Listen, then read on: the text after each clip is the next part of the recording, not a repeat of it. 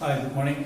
നമുക്കിന്ന് ബാക്കിയുള്ള ഒരു ഡിവിഷനെ കുറിച്ച് പഠിക്കാം. നമ്മൾ എന്തൊക്കെ പഠിച്ചു കഴിഞ്ഞിട്ടുണ്ട്? നമ്മൾ ആൽഗ പഠിച്ചു, പ്രയോഫൈറ്റ, ടെറിഡോഫൈറ്റ, ജിംനോസ്പോം അല്ലെ. ഇനി എന്താ ബാക്കിയുള്ളത്?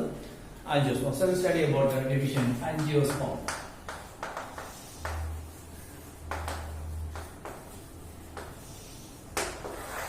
എന്താണ് ആൻജിയോസ്പോം? നമ്മൾ കഴിഞ്ഞ ക്ലാസ്സിൽ പഠിച്ചു. We have studied about the difference between angiosperm and gymnosperm. അതിൽ ആൻജിയോസ്പോം വ്യക്തമായിട്ട് പറയുന്നുണ്ട്. ആൻജിയോ എന്ന് വാക്കിനർത്ഥം കവേർഡ് എന്നാണ് അല്ലെ.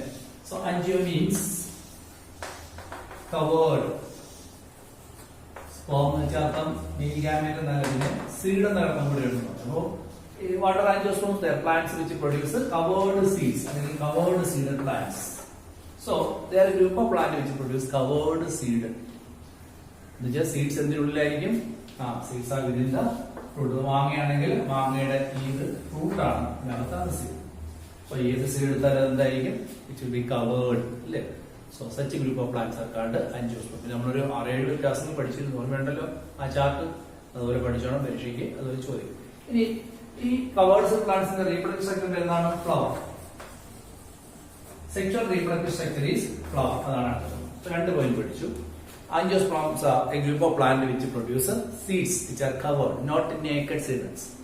They are why? Because their ovules are not exposed. Ovules are inside the ovary.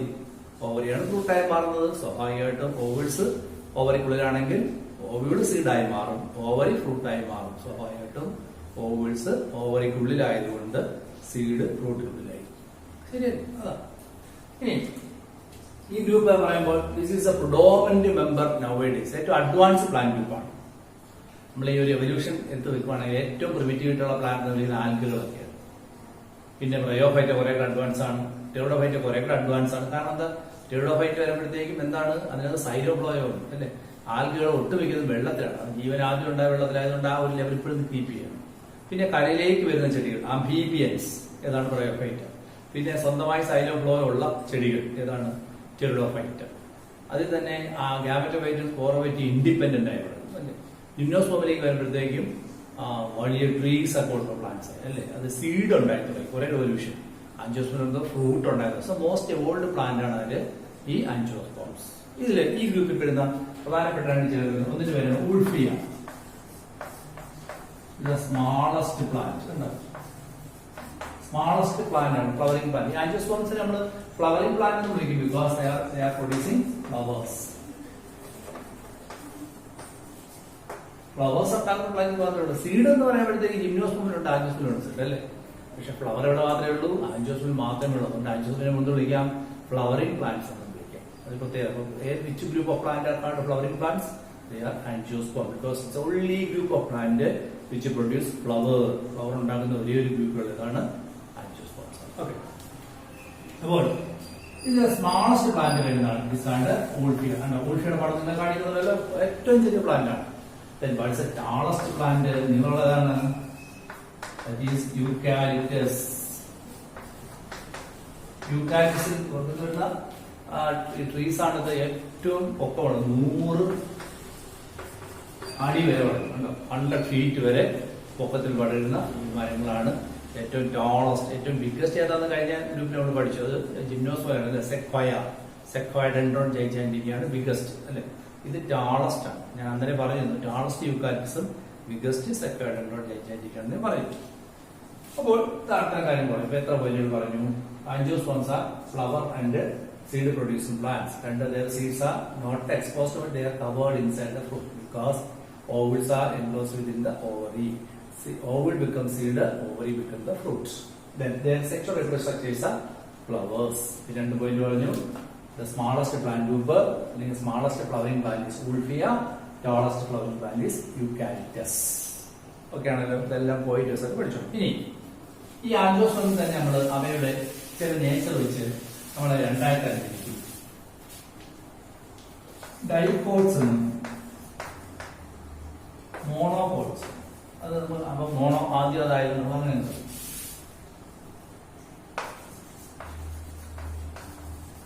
മോണോകോട്സ് എന്നും ഡൈക്കോട്സ്. എന്താണ് ഈ മോണോകോട്സും ഡൈക്കോട്സും എന്ന് വെച്ചാൽ? അതായത് ഒരു വാക്കുണ്ട് കോട്ടിലിഡൻ എന്നാണ്. കോട്ടിലിഡൻസ് എന്നൊരു വാക്കുണ്ട്. കോട്ടിലിഡൻ എന്താണ് ഈ കോട്ടൽ എന്ന് പറയുമ്പോൾ? നിങ്ങളൊരു സീഡ് എടുത്താൽ ഒരു സീഡ് സപ്പോസ് വള്ളിപ്പയറല്ലേ, ഒരു വീട്ടിലുണ്ടായ വള്ളിപ്പയർ നിങ്ങളോട് ഇതെന്താണ്? ഫ്രൂട്ടാണ്. This is fruit. ഇതിനാണ് നമ്മൾ കീറുകയാണെങ്കിൽ ഇതിനകത്ത് എന്ത് കാണാം? ഇങ്ങനെ സീഡ്സ് ഇരിക്കണം. എന്താണ് സീഡ്സ്? ഞാൻ സീഡിനെ പുറത്തേക്ക് എടുക്കുകയാണ്. ഞാനൊരു സീഡിനെ പുറത്തേക്ക് എടുക്കും. ഇതാണ് സീഡ്. ഞാൻ കീറി രണ്ടാക്കുവാണെങ്കിൽ ഈ സീഡ് ഞാൻ പൊളിക്കുവാന്ന് വെച്ചാൽ ഈ സീഡ് ഞാൻ പൊളിക്കുവാണെങ്കിൽ കീറുകയാണെങ്കിൽ അതിനകത്ത് ഇങ്ങനെ സാധനം കാണും. ഈ സീഡ് ഞാൻ കീറുകയാണെങ്കിൽ ഇങ്ങനെ സാധനം ഒരിക്കലും അതിന്റെ പേരെന്ന് പറയുമോ? ഈ അകത്തിരിക്കുന്ന സാധനം ഇതിന്റെ പേരാണ് എംബ്രിയോ. അപ്പൊ ഈ ചുറ്റുമുള്ള കവറിനാണ് സീഡ് കോട്ട്. സീഡ് കോട്ട് അതിനകത്ത് എംബ്രിയോ. ഞാൻ എംബ്രിയോ പുറത്തേക്ക് എടുത്ത് വെച്ചു. I am taking the embryo out. It will be like this. ചെറിയൊരു മൂക്ക് കൊടുത്താൽ ഞാൻ രണ്ട് പിളർപ്പുമാണ്. കണ്ടില്ലേ? കപ്പലിന്റെ ഉണ്ടല്ലോ, രണ്ട് പിളർപ്പുണ്ടല്ലോ. കശുവണ്ടിക്ക് രണ്ട് പിളർപ്പുണ്ടല്ലോ. ഈ ഒരു പിളർപ്പിനെ വിളിക്കാൻ വരാൻ കോട്ട്. ഞാൻ പിളർത്തി വെക്കുവാണെങ്കിൽ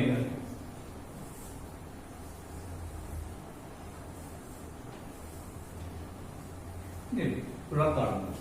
ഇനി ഒരു പിളർപ്പിനെ വിളിക്കാൻ പേരാണ് കോട്ടിലിടൽ. കോട്ടിലിടൽ. അപ്പൊ ഇത് എത്ര പിളർപ്പുണ്ട്? ഇറ്റ് ഹാസ് 2 അല്ലേ? എത്ര കോട്ടിലുണ്ട്? 2 കോട്ടിലുണ്ട്. 2 കോട്ടിലുള്ള പ്ലാന്റിനെ വിളിക്കാനാണ് ഡൈ കോട്ടിലിഡൻസ്. ചുരുക്കിയാണ് ഡൈക്കോട്ട്സ് എന്ന് വിളിക്കുന്നത്. ആരാണ് dicot plant? Those are plant which have 2 cotyledon in its embryo are called dicot plants. So what is a cotyledon? It is the food storing part of the embryo. Food storing part of the embryo is called cotyledon. In some plants, its embryo contains 2 cotyledon. It is called dicotyledons. ചുരുക്കത്തിൽ dicots. So those plants which have 2 cotyledon in the embryo is called dicotyledons, and those which have only 1 cotyledon, for example, നിങ്ങൾ നെല്ലെടുത്തു, നെല്ലിന്റെ വിത്ത് അത് പൊളിക്കുവാണെങ്കിൽ നിങ്ങൾ അരി അല്ലേ? നെല്ല് പൊളിച്ചാൽ അരിയല്ലേ കിട്ടത്തുള്ളൂ. ആ അരിക്കകത്ത് നിങ്ങൾക്ക് എത്ര കോട്ടൺ കാണാം? ഒരു കോട്ടണേ ഉള്ളൂ. അതിനകത്ത് എവിടെ ചെയ്യും? അതിനകത്തോണ്ട് ഡീനുണ്ട്. നിങ്ങൾക്ക് എടുത്ത് കാണിക്കാനോ? ഈ എംബ്രിയോക്ക് 2 പാർട്ടുണ്ട് കേട്ടോ. അത് പഠിച്ചേ. ഇതിന്റെ പേര് റാഡിക്കിൾ എന്നാണ്. ഈ അകത്തോട്ടിരിക്കുന്ന ഭാഗത്തിന്റെ ഒരു പ്ലീമ്യൂൾ എന്നാണ്. പ്ലീമ്യൂൾ, റാഡിക്കിൾ, പ്ലീമ്യൂൾ. പടമൊക്കെ ഇട്ട് കാണിക്കുന്നുണ്ടല്ലോ. ഒരു എംബ്രിയോയുടെ ഭാഗത്ത് അതൊക്കെയാണ് റാഡിക്കിൾ, പ്ലീമ്യൂൾ, കോട്ടിലിഡൻ. എത്ര കോട്ടിലിഡൻ കാണും? 2 കോട്ടിലിഡൻ ഉണ്ടെങ്കിൽ ഡൈക്കോട്ട്, 1 കോട്ടിലിഡൻ ഉണ്ടെങ്കിൽ മോണോകോട്ട്. മോണോകോട്ടിലിഡൻ ചുരുക്കി മോണോകോട്ട്സ്. Those plants which have only 1 cotyledon in embryo is called monocotyledons. Those have 2 cotyledon in embryo is called dicotyledons. അപ്പൊ ആൻജിയോസ്പേമിന്റെ പ്ലാന്റിനെ 2 തരത്തിലേക്കും ഡൈക്കോട്ട്സ് എന്നും മോണോകോട്ട്സ് എന്നും 2 തരത്തിലേക്കാം. അപ്പൊ നമ്മൾ വ്യത്യാസം എത്തുക. What are difference between these dicots and monocots? ഇതൊക്കെ വരച്ചോണെ പഠിക്കാൻ വേണ്ടിയിട്ട് പിന്നെ അടുത്ത് വരച്ചോണം. ഇപ്പൊ തന്നെ ഞാൻ പറയാം. What's the difference between monocots and dicots? ഒന്ന്, embryo has only 1 cotyledon in its seed. സീഡിനകത്തുള്ള എംബ്രിയോയ്ക്കകത്ത് എത്ര കോട്ടിലിഡൻ ഉണ്ട്? 1 കോട്ടിലിഡനേ ഉള്ളൂ. ഇടത്തെഴുതാം. ആ embryo have 2 cotyledon in its സീഡിനകത്ത് 2 cotyledon ഉണ്ട്. മനസ്സിലായില്ലേ? മോണോകോട്ട് വെച്ചാണെന്ന് പറ. നെൽച്ചെടി, നെല്ല്, ഗോതമ്പ്, ചോളം, തെങ്ങ്, കടക്കാമരം, ഇതൊക്കെ മോണോകോട്ടിലൻസ് ആണ്. മാവ്, പ്ലാവ് അല്ലേ, പയർ, കടല, കപ്പലണ്ടി എല്ലാം തന്നെ ഡൈക്കോട്ടൻസ് ആണ്. കശുവണ്ടി പരിപ്പ് ഇത് 2 പിളർപ്പില്ലേ? അതാണ്. അപ്പൊ നമ്മൾ നോക്കിക്കഴിഞ്ഞാൽ വേറൊരു വ്യത്യാസം പറയാമോ? ഈ തെങ്ങിന്റെ ഒക്കെ വേര് എങ്ങനെയാണ്? തെങ്ങിന്റെ ഒക്കെ വേര് ഏകദേശം ഇങ്ങനെയാണ്. ചുവട്ടിൽ ഇങ്ങനെയുള്ള വേരാണല്ലേ. നെല്ലിനൊക്കെ ആ സമയം മാവ് പോലെ ചെടിക്കാണെങ്കിലോ ഇങ്ങനെയുള്ള വേരുകളാണ്. ആ വേരുകൾ ഇങ്ങനെയാണ് ഫൈബ്രസ് റൂട്ട്സ്.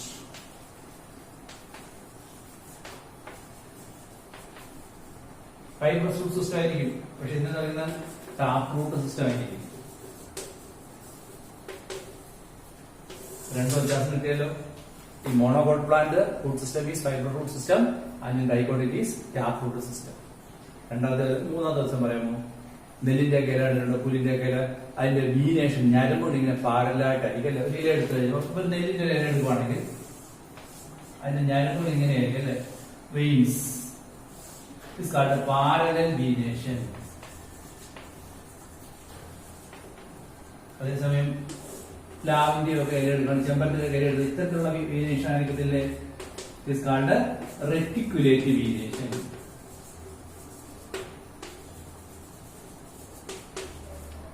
വ്യത്യാസമായിട്ട് നമ്മള് മൂന്ന് വ്യത്യാസങ്ങൾ. ഒന്ന് ഒരു കോട്ടിടൻ, രണ്ട് കോട്ടിടൻ. ഇതിനകത്താണെങ്കിൽ fibre root system, tap root system.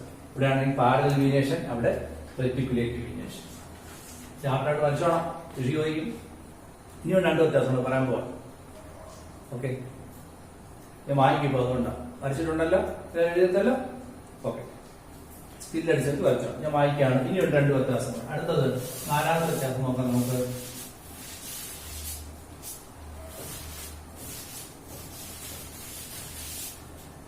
നാലാമത്തെ വ്യത്യാസം, ഇവിടെ ഫ്ലവർ എടുത്തു കഴിഞ്ഞാൽ മിക്കതും 5 തലങ്ങൾ വീതം കാണും.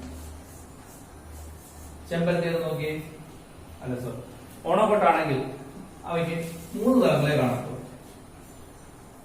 തെങ്ങിന്റെ പൂവൊക്കെ നോക്കിയാൽ അറിയാം, 3 കാലിക്സ്, 3 കൊറോള ഇത്തരത്തിലായിരിക്കും. ഇതൊരു എക്സാമ്പിൾ മാത്രമാണ്, എല്ലായ്പ്പോഴും ഇത് കറക്റ്റ് ആവണമെന്നില്ല. എങ്കിലും ഇങ്ങനെ ട്രൈമീറസ് ഫ്ലവർ എന്നാണ് വിളിക്കുന്നത്. ട്രൈമീറസ് ഫ്ലവർ 3 തലങ്ങൾ വീതമുള്ളത്. പക്ഷേ ചെമ്പരത്തിയൊക്കെ എടുത്ത് നോക്കി 5 വീതമില്ലേ? നമ്മുടെ പെന്റാമീറസ് ഫ്ലവർ.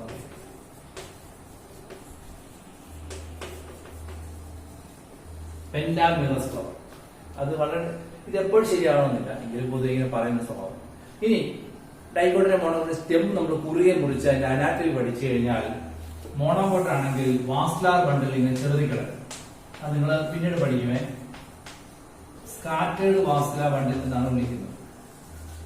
സ്കാറ്റേർഡ് വാസ്കുലാർ ബണ്ടിൽ, BB. പക്ഷേ ഡൈക്കോട്ട് ആണെങ്കിൽ വാസ്കുലാർ ബണ്ടിൽസ് ഇങ്ങനെ ഒരു റിംഗ് പോലെ അറിയാം. റിംഗിലേക്ക് അറേഞ്ച്ഡ് വാസ്കുലാർ ബണ്ടിൽ. ഇത് രണ്ടും നമ്മൾ പിന്നീട് പഠിക്കും, ഡീറ്റെയിൽ ആയിട്ട് പഠിക്കും. അപ്പൊ ആദ്യം ഇതിന്റെ 3 പാഠം നിർബന്ധമായിട്ട് പഠിച്ചോണം. ഇത് രണ്ടും ഇപ്പൊ പറയുന്നതേ ഉള്ളൂ, പിന്നീട് ഓർക്കാൻ വേണ്ടിയിട്ട് മാത്രം. So we have studied 5 differences between monocot plant and dicot plant. അതിന്റെ ഒരു ചാർട്ടും നിങ്ങൾക്ക് ഫോട്ടോ ആയിട്ട് പടം ഇട്ട് കണ്ടിട്ടുണ്ട് ഞാൻ, അല്ലേ? അതൊക്കെ ഓർത്തോണം. അപ്പൊ ഇത് പടങ്ങളൊക്കെ വരച്ച് വെച്ചേക്കണം. ഇത് വളരെ ഇമ്പോർട്ടന്റ് ആണ്. So we have studied about differences between monocot plant and dicot plant. വീണ്ടും പറയാനില്ല, അപ്പുറത്തെ 3 പറയുന്നത് പറയാം. മോണോക്കോട്ടിന് 1 കോട്ടിന്, ഡൈക്കോട്ടിന് 2 കോട്ടിന്. മോണോക്കോട്ടിന് ഫൈബർ സോഴ്സ് സിസ്റ്റം, ഡൈക്കോട്ടിന് ടാപ്പ് റൂട്ട് സിസ്റ്റം. മോണോക്കോട്ടിന് പാരലൽ വീനേഷൻ, ഡൈക്കോട്ടിന് റെറ്റിക്കുലേറ്റീവ് വീനേഷൻ. മലക്കണ്ണികൾ പോലെയുള്ള ഞരമ്പ്. ചെമ്പരത്തിന്റെ ഞരമ്പിന്റെ നിങ്ങൾ കണ്ടില്ലേ?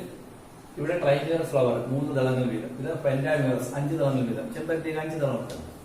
പിന്നെ ക്രോസ് അനാറ്റമിയിൽ അടുത്ത ചാപ്റ്റർ പഠിക്കുമ്പോൾ മനസ്സിലാക്കുന്നത്. ഓക്കെ, അപ്പോൾ ഞാൻ വായിക്കാം.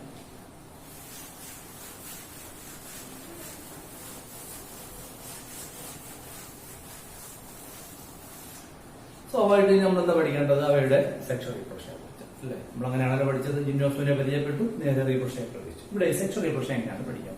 സോ നമുക്കറിയാം, ഇവിടെ സെക്ഷൽ റീപ്രൊഡക്ഷൻ സ്ട്രക്ചർ എന്ന് പറയുന്നത് ഫ്ലവർ ആണ്. So let's study about flower.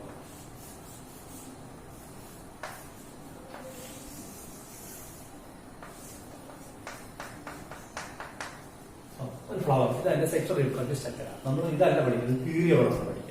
പൂക്കളൊക്കെ കണ്ടിട്ടുണ്ടോ അല്ലേ? നമ്മൾ കീറിയാൽ എങ്ങനെയിരിക്കും? ഒരു പണം ഞാൻ ഇത് കാണിക്കുന്നെങ്കിൽ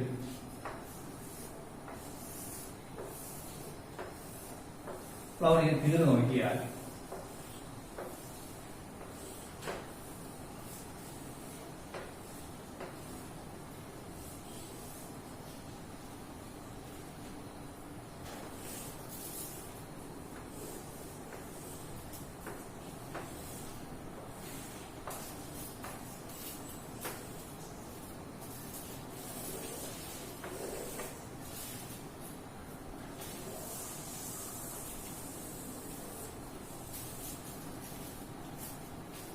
ഫ്ലവറിന്റെ സ്ട്രക്ചർ കീറിയ ഇങ്ങനെയൊക്കെ കാണും അല്ലെ. ഞങ്ങൾക്ക് ഇങ്ങനെ കാണാം.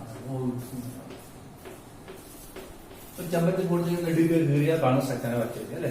പൂവിന് 4 വേർഡ്സ് ഉണ്ട്, WHORLS വേർഡ്സ് എന്ന് പറയുന്നത്. അതായത് ചുരുളുകളായിട്ട് കാണപ്പെടുന്നത്. ഇപ്പൊ ഈ ഭാഗം ഒരു വേർഡാണ്, ഇതൊരു ഭാഗം ഇങ്ങനെ 4 ചുരുളുകളായിട്ടാണ്. നിങ്ങളിപ്പോ ഒരു പൂവിന്റെ മുട്ട എടുത്ത് ഏറ്റവും പുറമായിട്ട് പച്ച ഒരു കവർ കാണും അല്ലെ, അതൊരു വേർഡാണ്.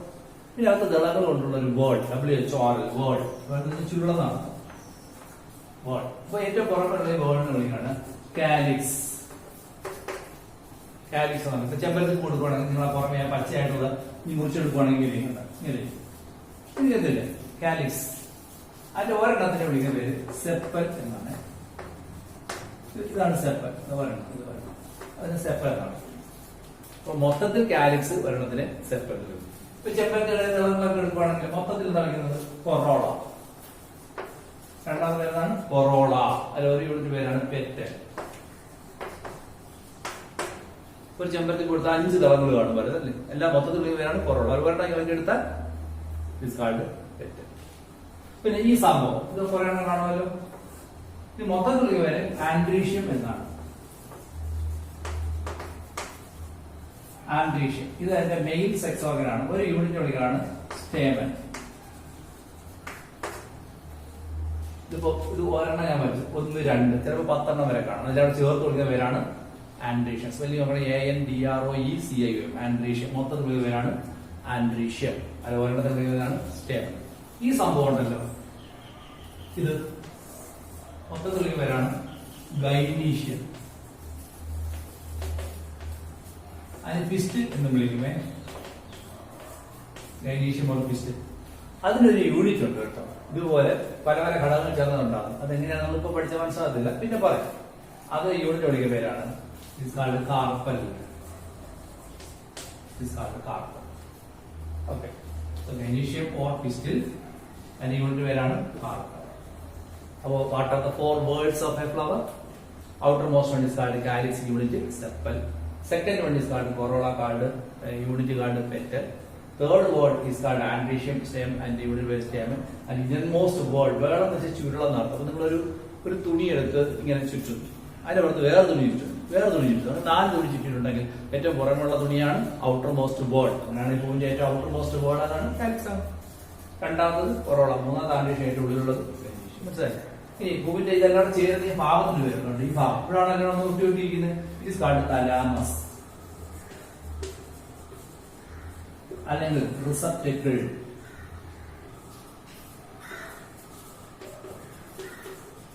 ടോറസ് എന്ന് വിളിക്കുക. 3 പേരാണ്. തലാമസ്, റിസപ്റ്റക്കിൾ അഥവാ ടോറസ്. പൂവിന്റെ തണ്ടുണ്ട്, തണ്ടിനെ നമ്മൾ വിളിക്കുകയാണ് പെഡിസൽ. പെഡിസൽ ഇതിപ്പോ പഠിക്കാൻ ആൾക്കാർക്ക് പഠിക്കും, ഇത് പറഞ്ഞത്. സോ വാട്ട് ആർ ഒരു ഇത്തരം കാര്യം മനസ്സിലാക്കുക. What are the 4 words of flower?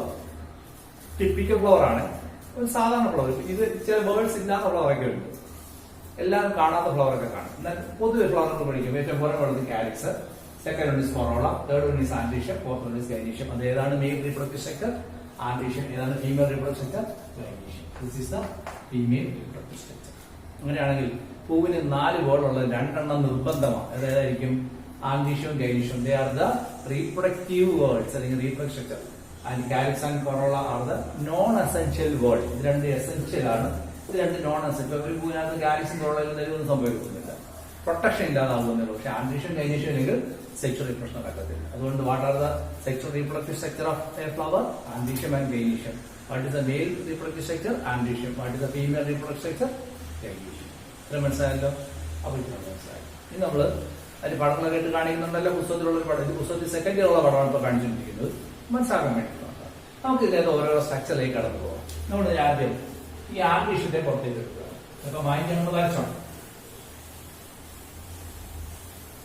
നമുക്ക് ഈ റീപ്രൊഡക്ഷൻ എങ്ങനെ നടക്കുന്ന പഠിക്കേണ്ടത്. ഞാൻ ഈ ആൻഡ്രീഷ്യത്തെ ഒരു സ്റ്റേം ഇങ്ങനെ എടുത്തു. പിന്നെ ഇത് മാത്രം വരയ്ക്കുവാണെങ്കിൽ ഇത് പേരുണ്ടോ? ഇത് പേരാണ് സ്റ്റേമൻ. ഇല്ലേ? കാരണം മാത്രം മൊത്തത്തിൽ അതിന് പേരാണ് സ്റ്റേമൻ. മൊത്തത്തിൽ വിളിക്കുന്നതാണ് ആൻഡ്രീഷ്യം. 10 സ്റ്റേമൻ ഉണ്ടെങ്കിൽ മൊത്തത്തിൽ വിളിക്കാണ് ആൻഡ്രീഷ്യം. മൊത്തത്തിലാണ് സ്റ്റേമൻ. ഇത് റീപ്രൊഡക്റ്റീവ് സ്ട്രക്ചർ ആണോ? It is a male reproductive structure അല്ലേ? Male reproductive structure. ഇനി ഈ സ്റ്റേം ഈ ഭാഗം വായിക്കാണ്. ഈ ഭാഗം വായിക്കാം.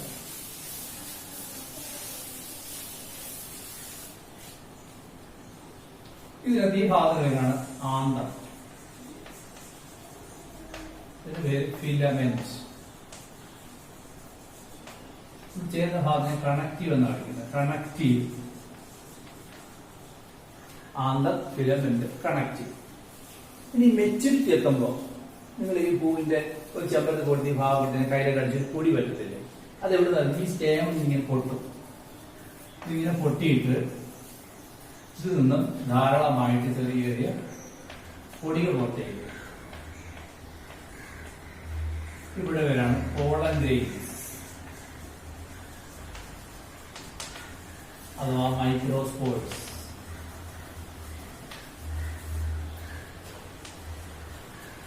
What are pollen grains or microspores? They are certain spore-like structure developed from the anther. Anther നിന്ന് പുറത്തേക്ക് വരുന്ന ചില സ്പോർ പോലുള്ള സ്ട്രക്ചർ ഇവരാണ് പോളൻ ഗ്രെയിൻസ് അഥവാ മൈക്രോസ്പോർ. ഞാൻ ആ പോളൻ ഗ്രെയിൻ അഥവാ മൈക്രോസ്പോറിനെ വളരെ വലുതായിട്ട് പറയുന്നത്. മൈക്രോസ്പോർ നോക്കി കഴിഞ്ഞാൽ ഇങ്ങനെ ഇത് പലതരം പടങ്ങളൊക്കെ ഉണ്ട്. ഞാൻ ഇൻസൈറ്റ് ഇട്ട് കാണിക്കുന്നത് പോളൻ ഗ്രെയിൻസ് മൈക്രോസ്കോപ്പിൽ നോക്കിയാൽ ഇരിക്കുന്നു കുറെ പടം നോക്കിയാൽ കാണിക്കുന്നത്. അപ്പൊ ഇതേപോലെ ഇത് നമ്മൾ വലുതായിട്ട് വരച്ചാൽ ട്യൂബിലായിട്ട്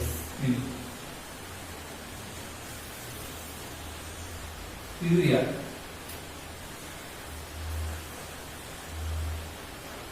അത് രണ്ട് സെല്ലുകളാണ്, ഒരു വലിയ സെല്ല് ഒരു ചെറിയ സെല്ല്. ഇത് വലിയ സെല്ല്, ഇതാണ് വലിയ സെല്ല്, ഇതതിന്റെ ന്യൂക്ലിയസ് ആണ്. ഇത് ചെറിയ സെല്ല്, ഇതതിന്റെ ന്യൂക്ലിയസ്. ഈ ചെറിയ സെല്ലുകളാണ് generative cell. Smart cell is called generative cell and this big cell is called vegetative cell. പറയുന്നതാണ് stamen is the male reproductive structure and the collection is called amblyopia and the stamen has a fertile part and the tip is called anther and it has a stalk called filament and the joint part is called connective. ഇതൊന്നും പഠിച്ചതിന് കുഴപ്പമൊന്നുമില്ല. stamen anther will produce certain spore-like structure called pollen grain or microspore. Each pollen grain has two structures, two cells. A large cell is called vegetative cell, a small cell is called generative cell. ഇത് ഞാൻ പറയുന്നത് പൂമ്പൊടി എന്നൊക്കെ പറയുന്നത്. പൂമ്പൊടി പറന്നു എവിടെ വീഴുന്നത്? പൂമ്പൊടി പറന്നു പോയാൽ വീഴുന്നത് ഇവിടെയാണല്ലേ, ഇവിടെ വീഴണം. പ്രകൃതി ഇങ്ങനെ ഇവിടെ വീഴാണോ ഉദ്ദേശിക്കുന്നത്? അങ്ങനെ അവിടെ വന്ന് വീഴുകയാണെന്ന് സംഭവിക്കുള്ളൂ. ഞാൻ ആ ഭാഗത്ത് വെള്ളമായിട്ട് പഠിക്കാൻ പറ്റാം. ഈ വെള്ളമായിട്ട് അങ്ങനെ ഒരു പോളങ്ങൾ ഇവിടെ വന്ന് വീഴാൻ സംഭവിക്കുന്ന മാറ്റം ഓരോന്നും മാറ്റം. ഒരു പോളങ്ങൾ ഇവിടെ വന്നിട്ട് അതിന് ചെറിയ ട്യൂബിന് താഴേക്ക് വരുന്നു. അടുത്തത് വലിയ ട്യൂബ്.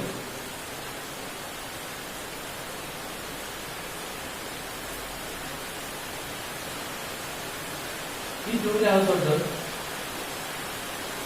രണ്ട് സെല്ലുണ്ടല്ലോ.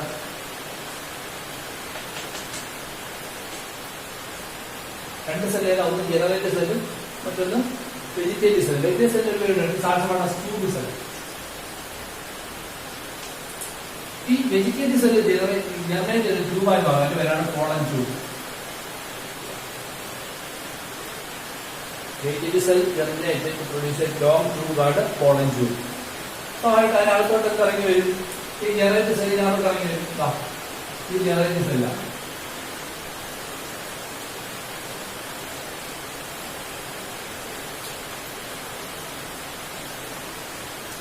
നോക്കണം. ഇപ്പോൾ ഒരു പാത്രത്തിൽ വെള്ളം എടുത്ത് വെച്ചിട്ട് അതിനകത്തൊരു പേപ്പർ ചുരുട്ടിയിട്ടാൽ ആ വെള്ളം അങ്ങോട്ട് ഒഴിച്ചു കഴിഞ്ഞാൽ പേപ്പർ ഒഴുകി പോകത്തില്ല. അതുപോലെയാണ് സെല്ല് കിടക്കുന്നത്. അതവിടെ ഒട്ടിച്ച് വെച്ചേക്കുമല്ലോ. ഈ സൈറ്റോപ്ലാസം ഒഴുകി നടക്കുകയാണ്. വെജിറ്റേറ്റീവ് സെല്ലിന്റെ സൈറ്റോപ്ലാസം ഈ ജനറേറ്റീവ് സെല്ല് ഒഴുകി നടക്കുകയാണ്. അങ്ങനെ ആകുമ്പോൾ ഒരു കുഴലുണ്ടാകുമ്പോൾ കുഴൽ ഒഴുകി താഴെ വരത്തില്ല. ഇത് കളഞ്ഞു മനസ്സിലായി. ഈ കുറെ കഴിയുമ്പോൾ സംഭവിക്കുന്ന അറിയാമോ?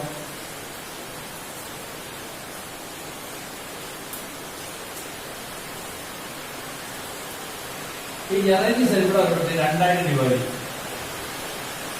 To main gametes are produced. രണ്ടായിട്ട് ഡിവൈഡ് ചെയ്യും. അങ്ങനെ എന്തുണ്ടാവും? രണ്ട് മെയിൻ ഗാമീറ്റ് ഉണ്ടാവും. അപ്പൊ ഞാൻ ഒന്നുകൂടെ പറയാം. ഇതാണ് pollen grain germination. Then a pollen grain fall on the stigma of a flower. അത് ഇത് കഴിഞ്ഞിട്ട് ഈ ഭാഗത്ത് വിളിക്കുന്നത് സ്റ്റിഗ്മ എന്നാണ്. സ്റ്റിഗ്മ. ഇത് സ്റ്റൈൽ. ഈ ബൾബ് ക്ലാസ്സിന് ഓവറി എന്ന് പറയും. ഓവറി. മൂന്ന് ഭാഗമാണ് സ്റ്റൈൽ, സ്റ്റിഗ്മ, ഓവറി. മറ്റൊന്ന് പറയും. ഞാൻ പറയാണ്. ഈ കോളൻ ട്യൂബ് പറഞ്ഞു ഇവിടെ വീഴുകയാണെങ്കിൽ ഒരു ട്യൂബ് താഴേക്ക് ഉണ്ടാകും. ആ ട്യൂബിന്റെ പേരാണ് കോളൻ ട്യൂബ്. കോളൻ ട്യൂബിനകത്ത് താഴെ വരും, ജനറേറ്റീവ് സെൽ ഇറങ്ങി വരും. എന്നിട്ട് അത് രണ്ടായി ഡിവൈഡ് ഉണ്ടാവും, 2 മെയിൻ ഗ്യാമേറ്റ് ഉണ്ടാവും. ചോദ്യം, ആരാണ് മെയിൻ ഗ്യാമേറ്റായി മാറുന്നത്? Vegetative Cello generative Cello? ഉത്തരം ജനറേറ്റീവ് സെൽ. ആരാണ് കോളൻ ട്യൂബായി മാറുന്നത്? ഉത്തരം വെജിറ്റേറ്റീവ് സെൽ. അതുകൊണ്ടാണ് അതിന്റെ ആദ്യമേ പേര് കൊടുക്കുന്നത് ട്യൂബ് സെൽ എന്നത്. അപ്പൊ നമുക്ക് എന്ത് കിട്ടി? 2 മെയിൻ ഗ്യാമേറ്റ് കിട്ടിയത്. മനസ്സിലായല്ലോ? വീണ്ടും വീണ്ടും പറയേണ്ട കാര്യമില്ല, നമുക്ക് ഒന്നേക്ക് മനസ്സിലാക്കുന്നുണ്ട്. ഇനി നമുക്ക് ഈ ഫീമെയിൽ സ്ട്രക്ചർ എങ്ങനെ ഉണ്ടാകുന്നത് പഠിക്കും.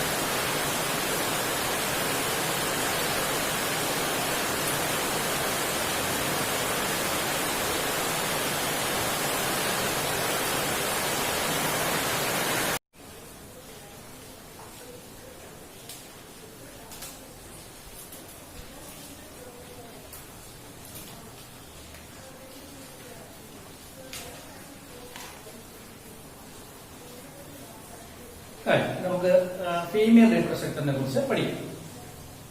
ഞാൻ വാങ്ങിക്കാം, സംശയമൊന്നുമില്ലല്ലോ. എന്തെങ്കിലും സംശയം ഉണ്ടെങ്കിൽ ചോദിച്ചോണം, എപ്പോഴാണ്.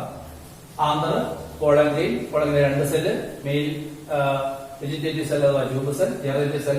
അതുപോലെ തന്നെ ഒരു സ്റ്റിഗ്മയിൽ വീണ് കഴിഞ്ഞാൽ ഒരു ട്യൂബ് ഉണ്ടാകുന്നു, അതിന്റെ ഒരു കോളൻ ട്യൂബ്.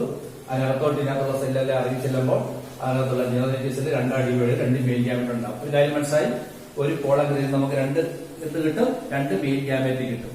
കോളൻഗ്രെയിൻ മെയിൽ ഗ്യാമേറ്റിനെ തന്ന ആശാനായാലും നമ്മൾ കോളൻഗ്രെയിൻ ഒരു പേര് വിളിക്കും, മെയിൽ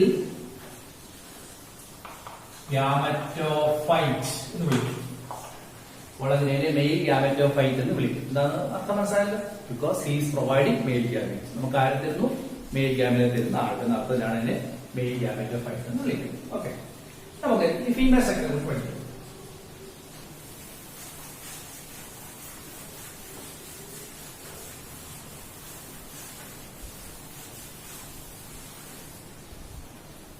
ഇതാണ് ഫീമെയിൽ ഫീമെയിൽ സ്ട്രക്ചർ. ഞാനിവിടെ മാറ്റി വരയ്ക്കുന്നത് ഇതാണ്. അത് മാറ്റി വരയ്ക്കാം.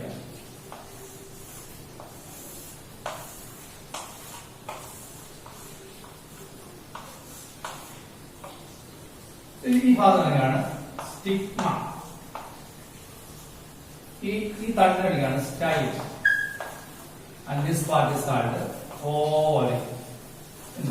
Is called ovary. So the 3 part of gynecium അഥവാ pistil is called gynecium അഥവാ pistil. It's a typical part of the stick. ഇവിടെയാണ് വീഴുന്നത്, കോളനിയിൽ നിന്ന് വീണ്ടും ഇവിടെയാണ്. Long stalk is called style and the bulbous part is called ovary. Ovary, style, stigma. Okay. അത് കീറുകയാണ്. കീറിയും പകുതി എടുത്ത് കളയുവാണെങ്കിൽ എനിക്ക് ഇതിനകത്ത് കാണാം, ഇതിനകത്ത് ആകാം. There is a chamber inside it. It's called ovarian chamber. ഇതിനകത്ത് ആകാണെങ്കിൽ it's called ovarian chamber. ലോക്യൂട്ട് എന്നും വിളിക്കും കേട്ടോ. ലോക്യൂട്ട് പഠിച്ചത് കുഴപ്പമില്ല. ഓവറിയൻ ചെയ്ത് പറയുക ലോക്യൂട്ട്. ഇതിനകത്ത് നിങ്ങൾ കാണുവാണ്, ഇപ്പൊ മാങ്ങയുടെ ഗൈനീഷ്യമാണിതെങ്കിൽ ഇതിനകത്ത് എത്ര ഓവിൾ കാണും? ഒരു ഓവിളെ കാണും. കാരണം മാങ്ങയ്ക്കകത്ത് പ്രിൻസിഡല്ലോ. അപ്പൊ ഇതിനകത്ത് കുറെ മാങ്ങ പഠിക്കാതെ തന്നെ മാങ്ങ എടുക്കുവാണെങ്കിൽ മാങ്ങയുടെ ഗൈനീഷ്യത്തിനകത്ത് ഒരു ഓവിൾ കാണും. അതിനകത്ത് when we are observing inside there will be an oval. ഇതിനകത്ത് ഒരു ഓവിൾ കാണും. ഇതിനകത്ത് ഇങ്ങനെ സംഭവമാണ്. ഇങ്ങനെ സാധനം ഇവിടെ ഒരു ഓപ്പണിംഗ് ഉണ്ട്. ഇതിന് പേരാണ് ഓവ്യൂൾ. കണ്ടോ? Ovule inside the ovary. നേരത്തെ പഠിക്കുന്നുണ്ട് ഓവ്യൂൾ ഇൻസൈഡ് ദ ഓവർ. അത് മായ്ക്കാണ്. ഈ ഓവ്യൂൾ ഞാൻ പുറത്തേക്ക് എടുക്കാൻ വേണ്ടിയിട്ടാണ്.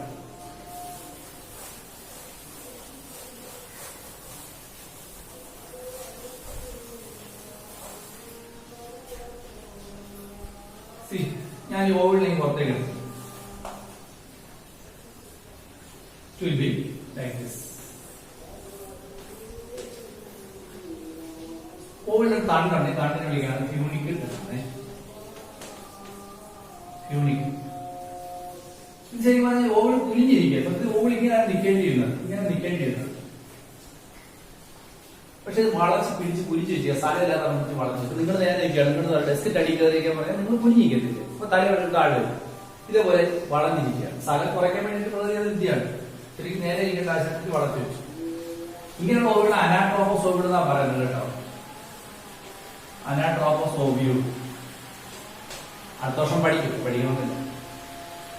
അപ്പൊ ഞാൻ ഒരു ഓപ്പണിംഗ് ഉണ്ടല്ലോ, ഇതിന്റെ ഒരു മൈക്രോപൈൽ എന്നാണ്. മൈക്രോപൈൽ ഈ അറ്റത്ത് കാണുന്നതാണ് മൈക്രോപൈൽ എന്നാണ്. ഇനി നമ്മളെന്നെ കീഴ് നോക്കിയാൽ ഇതിനകത്ത് എന്താണെന്ന് അറിയാൻ പറ്റും. അപ്പൊ ഞാൻ ആദ്യം ഇത് ഇങ്ങനെ വരച്ചു, കീഴ് നോക്കി ഒരു ഓവിൾ കണ്ടു. ഈ ഓവിൾ കീറാൻ പോവില്ല. ഓവിൾ കീറിയാൽ എന്ത് കാണാൻ cross section ovule will be structure with it. ഇതിനകത്ത് ഇങ്ങനെ സ്ട്രക്ചർ കാണും.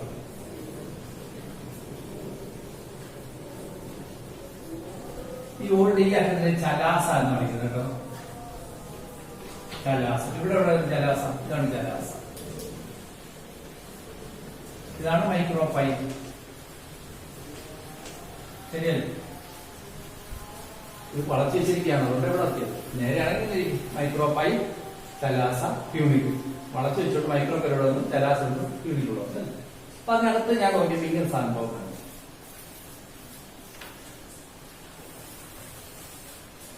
മാറ്റി വയ്ക്കും.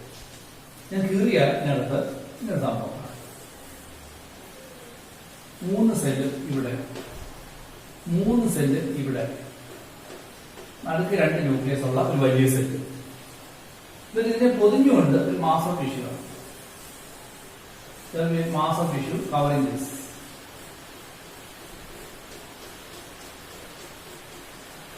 പിന്നെ ഇതിനെ പൊതിഞ്ഞുകൊണ്ട് 2 ഭിത്തിയോട് കൂടിയ ഒരു കവറുകളാണ്.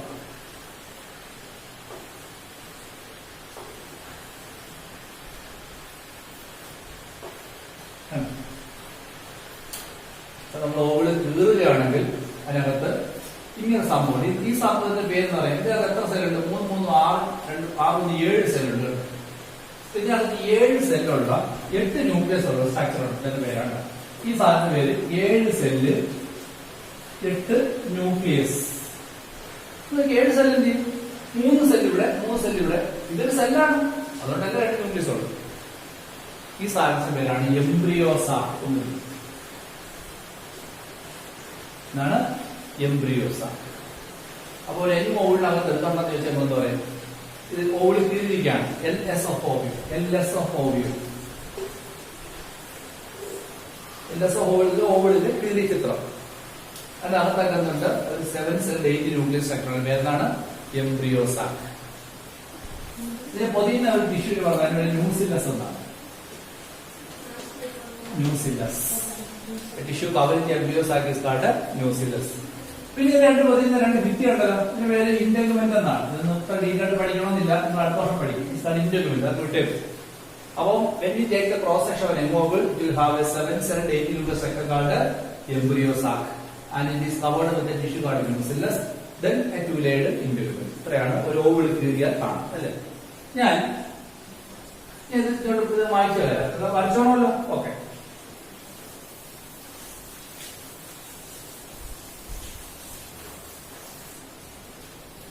നിങ്ങൾ മാറ്റി വരാൻ കളിക്കണം.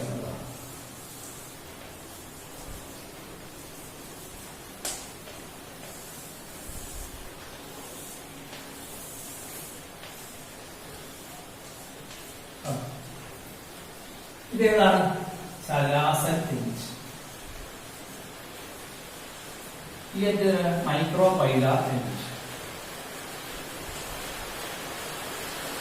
ചലാസൻ ഇഞ്ച്, മൈക്രോപൈല ഇഞ്ച്. അപ്പോ ഇവിടെയുള്ള 3 സെല്ല്, ഇവിടെയുള്ള 3 സെല്ല് ഇങ്ങനെ പേരിടാൻ പോവാം. ഈ 3 സെല്ലിൽ നടുക്കിരിക്കുന്ന ഈ സെല്ലിന്റെ പേര് എന്നാണ്. അപ്പുറം ഈ 2 സെല്ലുണ്ടല്ലോ, ഈ ഒരു സെല്ലും ഈ ഒരു സെല്ലും, ഇതിന്റെ പേര് സൈനോർജിസ് എന്നാണ്.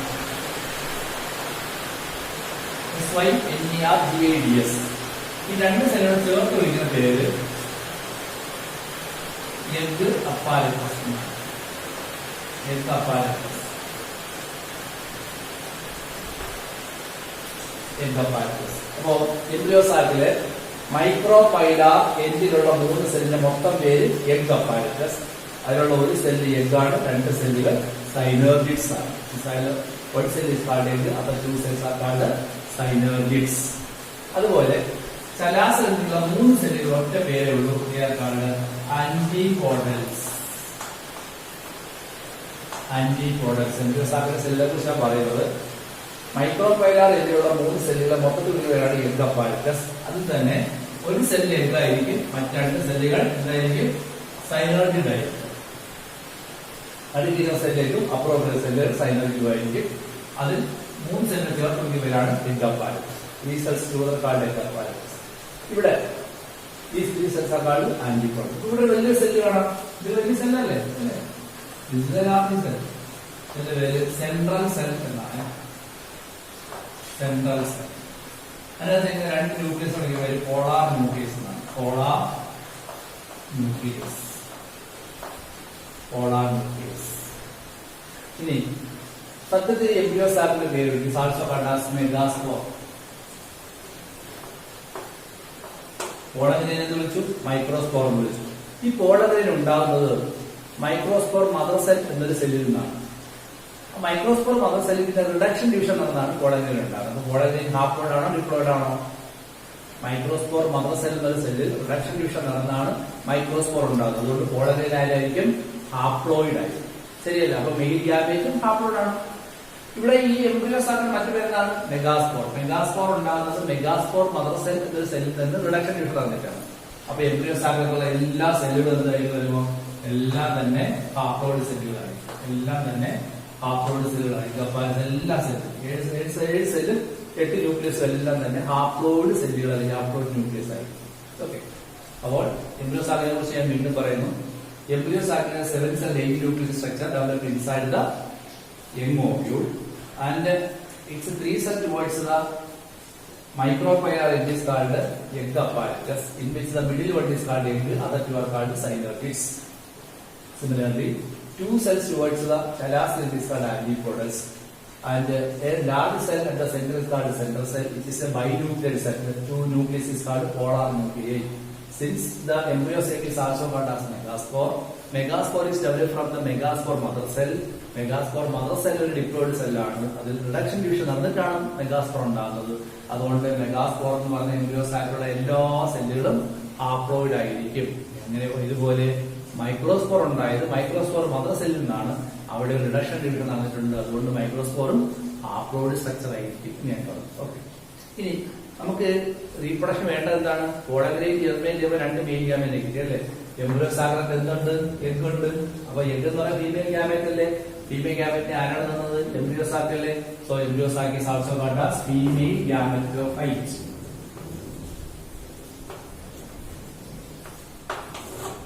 Embryo sac is also called as female gametophyte. പോളഗ്രെയിനെ എന്താ വിളിച്ചത്? മെയിൽ ഗ്യാമറ്റോഫൈറ്റ് എന്ന് വിളിച്ച പോലെ എംബ്രിയോസാക്കിനെ വിളിക്കാം ഫീമെയിൽ ഗ്യാമറ്റോഫൈറ്റ്. മനസ്സിലായില്ല? ഇങ്ങനെയാണ് മെയിൽ ഗ്യാമേറ്റ് ഫീമെയിൽ ഗ്യാമേറ്റ് ആൻജിയോസ്പോമിൽ ഉണ്ടാകുന്ന ഫ്ലവർ എന്ന് പറഞ്ഞാൽ നിങ്ങൾ ഫ്ലവറൊക്കെ കാണുമ്പോഴത്തേക്ക് എന്തെങ്കിലും ഉണ്ടെന്ന് കളയത്തില്ല. അത്രയും വലിയ സങ്കീർണമായ സ്ട്രക്ചേഴ്സ് ഒക്കെ ഉണ്ട് എന്ന് മനസ്സിലാക്കി അല്ലേ? അപ്പൊ മെയിൽ ഗ്യാമേറ്റ് ഫീമെയിൽ ഗ്യാമേറ്റ് കിട്ടി. ഇത് നടക്കുന്നത് ഫെർട്ടിലൈസേഷൻ അല്ലേ? അതെങ്ങനെ നടക്കുന്നു നോക്കാം.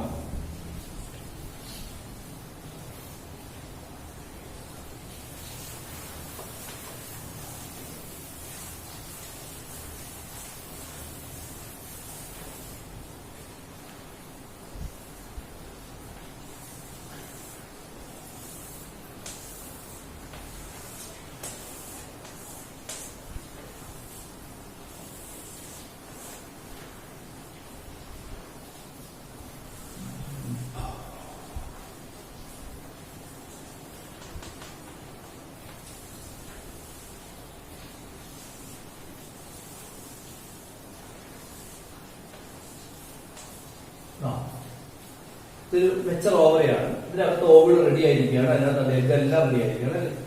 അപ്പൊ ഇവിടെ പോളഗ്രെയിൻ വന്ന് വീഴും. എന്ത് സംഭവിച്ചാൽ പറഞ്ഞ എല്ലാവർക്കും സംഭവിക്കും? ഒരു ട്യൂബ് ഉണ്ടാവും അല്ലെ? ആ ഒരു ട്യൂബ് ആണ് ജെർമിനേറ്റ് ചെയ്ത് തരിക. ഈ ട്യൂബ് ഇങ്ങ് വരും.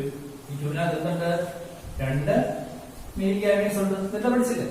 അപ്പൊ ഈ ട്യൂബ് ഇങ്ങനെ ജെർമിനേറ്റ് ഇങ്ങ് വന്ന് ഇതിലേക്കൂടെ വന്ന് അകത്തോട്ട്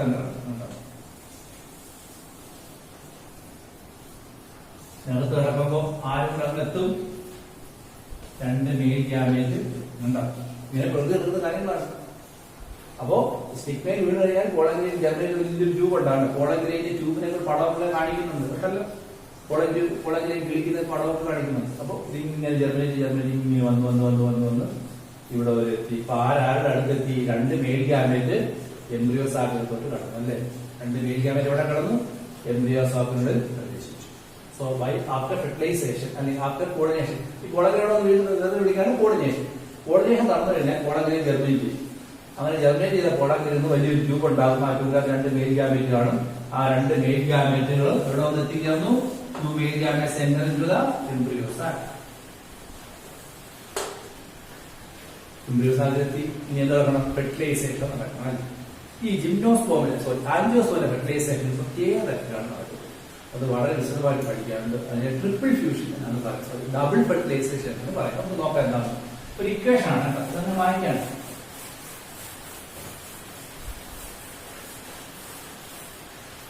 രണ്ട് മെയിൽ ഗാമറ്റ് വന്നിട്ടുണ്ടല്ലോ, പക്ഷെ ഒരെണ്ണയിലുള്ളൂ.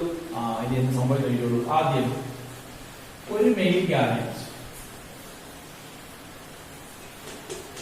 എന്തുമായിട്ടാണ് ഫ്യൂസ് ചെയ്യുന്നത്? മെയിൽ ഗാമറ്റ് എന്നാണ്, എന്തും എന്നാണ്. എന്തുണ്ടാകും? നമ്മൾ പഠിച്ച പോലെ സൈഗോട്ട് ഉണ്ടാകും. സ്വാഭാവികം അത് വിവേചനാണ്. ഈ മെത്തഡിനെ വിളിക്കുന്ന പേര് സിംഗമി എന്നാണ്. What is syngamy? Fusion of male and female gamete is called syngamy. ഈ സൈഗോട്ട് ഭാഗം എന്താവുമെന്ന് പഠിച്ചുകൊണ്ട് become embryo. നേരത്തെ എംബ്രിയോ പഠിച്ചായിരുന്നല്ലോ, 2 കോട്ടനൊക്കെ ഉണ്ടെന്ന് പറഞ്ഞാൽ ആ സാധനം ഈ സൈഗോട്ടിൽ ഉണ്ടാകും. ഇതൊരു ഫെർട്ടിലൈസേഷൻ ആണ്. സോ ഞാൻ എഴുതുന്നത് F1. ഒരു ഫെർട്ടിലൈസേഷൻ വന്നു. എന്താണ്? ഒരു മെയിൽ ഗാമേറ്റ് ഒരു എഗ്ഗോട്ട് ഫ്യൂസ് ചെയ്തു, സൈഗോട്ട് ഉണ്ടായി. 2n അത് സൈഗോട്ടിൽ എന്താവും ചോദിച്ചാൽ എംബ്രിയോ ആവും. എംബ്രിയോയും സ്വാഭാവികം 2n തന്നെ ഡിപ്ലോയിഡാണ്. അപ്പൊ ഒരു മെയിൽ ഗാമറ്റ് ഉണ്ട്, രണ്ടാമത്തെ മെയിൽ ഗാമറ്റ് ഡിപ്ലോയിഡ്, രണ്ടുപേരാണ്. അയാൾ എന്തെങ്കിലും നെക്സ്റ്റ് മെയിൽ ഗാമേറ്റ് ഫ്യൂസസ് വിത്ത് ഇവിടെ 2 ന്യൂക്ലിയസ് ഉണ്ടല്ലോ. എന്താ ന്യൂക്ലിയസ് പേര്? പോളാർ ന്യൂക്ലിയസ് അല്ലേ? പോളാർ ന്യൂക്ലിയൈ എന്നാ പറയുന്നത്. പൂർണ്ണ 2 it combines with polar nuclei. അത് 2 ഫ്യൂസ് ചെയ്ത് അപ്പൊ പോളാർ ന്യൂക്ലിയർ ഇന്നൊരു എന്നും കൂടാണ്. 2 തന്നെ 2 കാർബൺ ന്യൂക്ലിയസ് സ്ഥലത്ത് N+N ആണ്, അതായത് 2n അല്ല. 2 കാർബൺ ന്യൂക്ലിയസ് അതുകൂടെ ഫ്യൂസ് ചെയ്യുമ്പോൾ സെൽ എത്ര ആയിരിക്കും? 3n സെല്ലായിരിക്കും. കാരണം N+N+N 3n ന്യൂക്ലിയസ് ഫ്യൂസ് ചെയ്തില്ലേ? ഇത് വരാണ് പെൻ. അതെന്താന്ന് പറയാം. ഈ ഫ്യൂഷൻ വിളിക്കാനാണ് ട്രിപ്പിൾ ഫ്യൂഷൻ.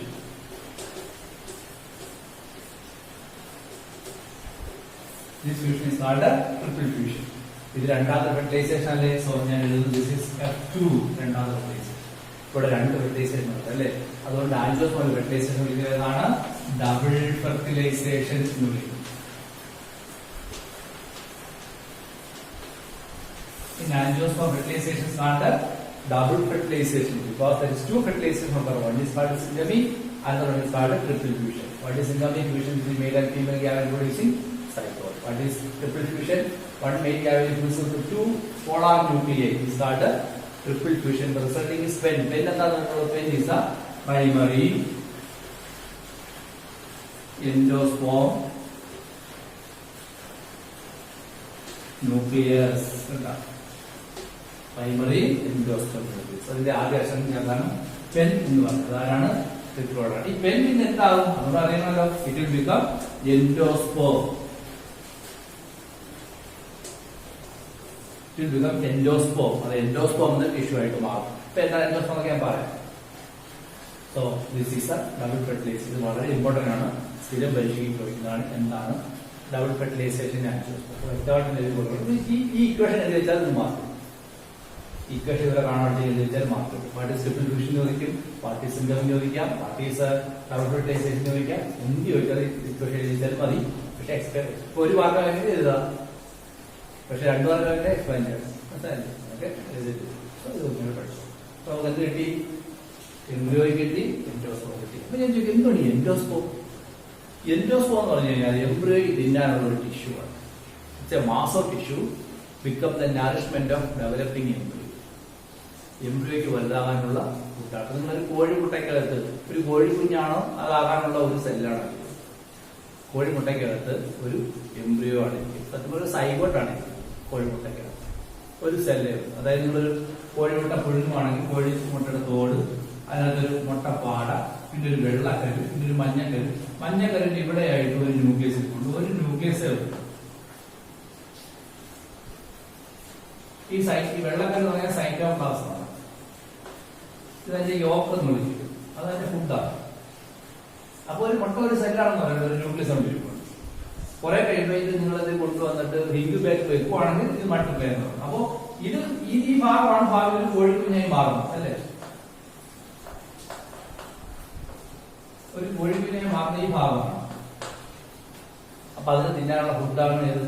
ഈ വെള്ളക്കരു, യോക്കും അല്ല, മഞ്ഞക്കരു അല്ലേ? അതേപോലെ ഭാവി ഒരു എംബ്രിയോ ഉണ്ടാകുമ്പോൾ എംബ്രിയോയ്ക്ക് തിന്നാനുള്ള ഫുഡ് കൂടെ അതിനകത്ത് കരുതി വയ്ക്കും.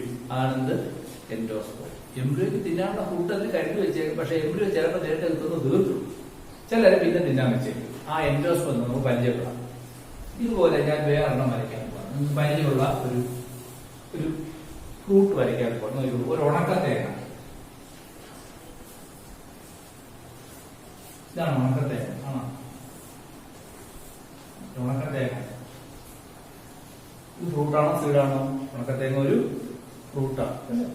ഞാൻ കീറുകയാണെങ്കിൽ ചിരട്ട, അതിനകത്ത് ചമ്മന്തി അരയ്ക്കുന്ന ഒരു ഭാഗം എടുത്തിരിക്കുന്നു അല്ലേ? പിന്നെ കുറച്ച് വെള്ളം. ചിരട്ടയോട് കൂടുന്ന ഒരു ഭാഗം സീഡാണ്. ഈ തൊണ്ടെന്ന് പറഞ്ഞാൽ ഫ്രൂട്ട് വാളാണ്. തേങ്ങ ഒരു ഫ്രൂട്ടാണ്. മനസ്സിലായില്ലല്ലോ? ഈ ചിരട്ട സീഡ് കോട്ടാണെങ്കിൽ ഇതിന്റെ എംബ്രിയോ എവിടെ ഇരിക്കുന്നത് അറിയാമോ? ഈ എംബ്രിയോ എന്ന് പറയുന്നത് ഇതിന്റെ 3 കണ്ണ് ഉള്ള ഒരു കണ്ണിനെ നമ്മൾ പിച്ചാത്തിയിട്ട് ഒരു കറക്ക് കറക്കാമെങ്കിൽ ചെറിയൊരു കുരുപ്പ് പോലെ സാധനം കൊടുത്തത്. ഇതാണ് എന്റെ എംബ്രിയോ. തേങ്ങയുടെ എംബ്രിയോ എന്ന് പറഞ്ഞാൽ അതിന്റെ 3 കണ്ണിനകത്ത് ഒരു കണ്ണിനകത്ത് പിച്ചാത്തിട്ട് കറക്കാൻ ഒരു ചെറിയ കുരുപ്പുകൾ. അതാണ് എന്റെ എംബ്രിയോ.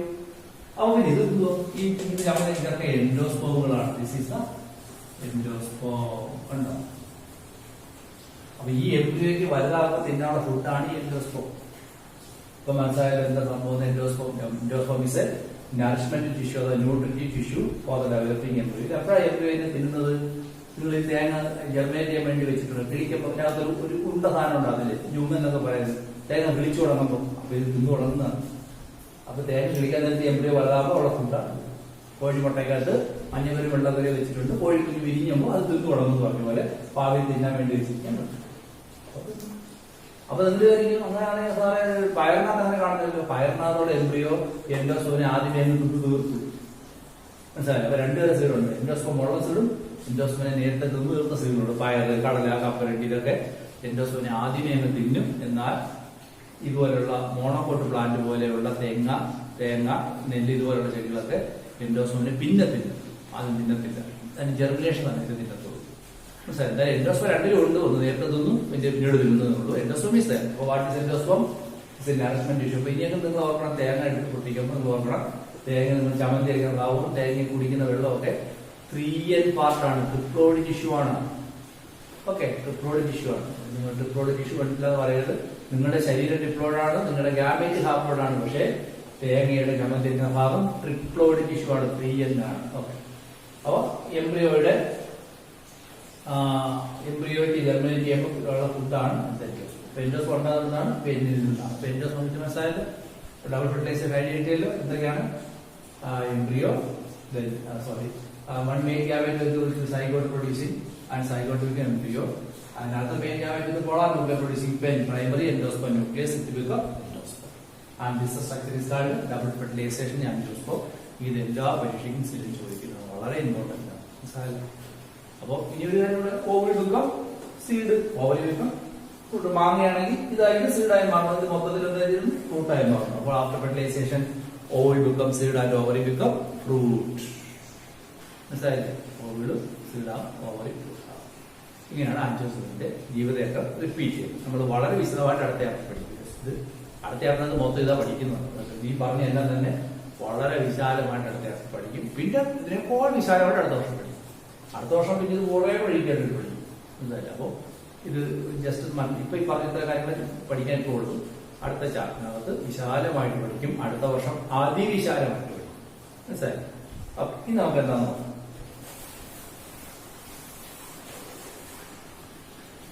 Alternation of generation ഒരു ടേമാണ്. Let's study about the alternation of generation.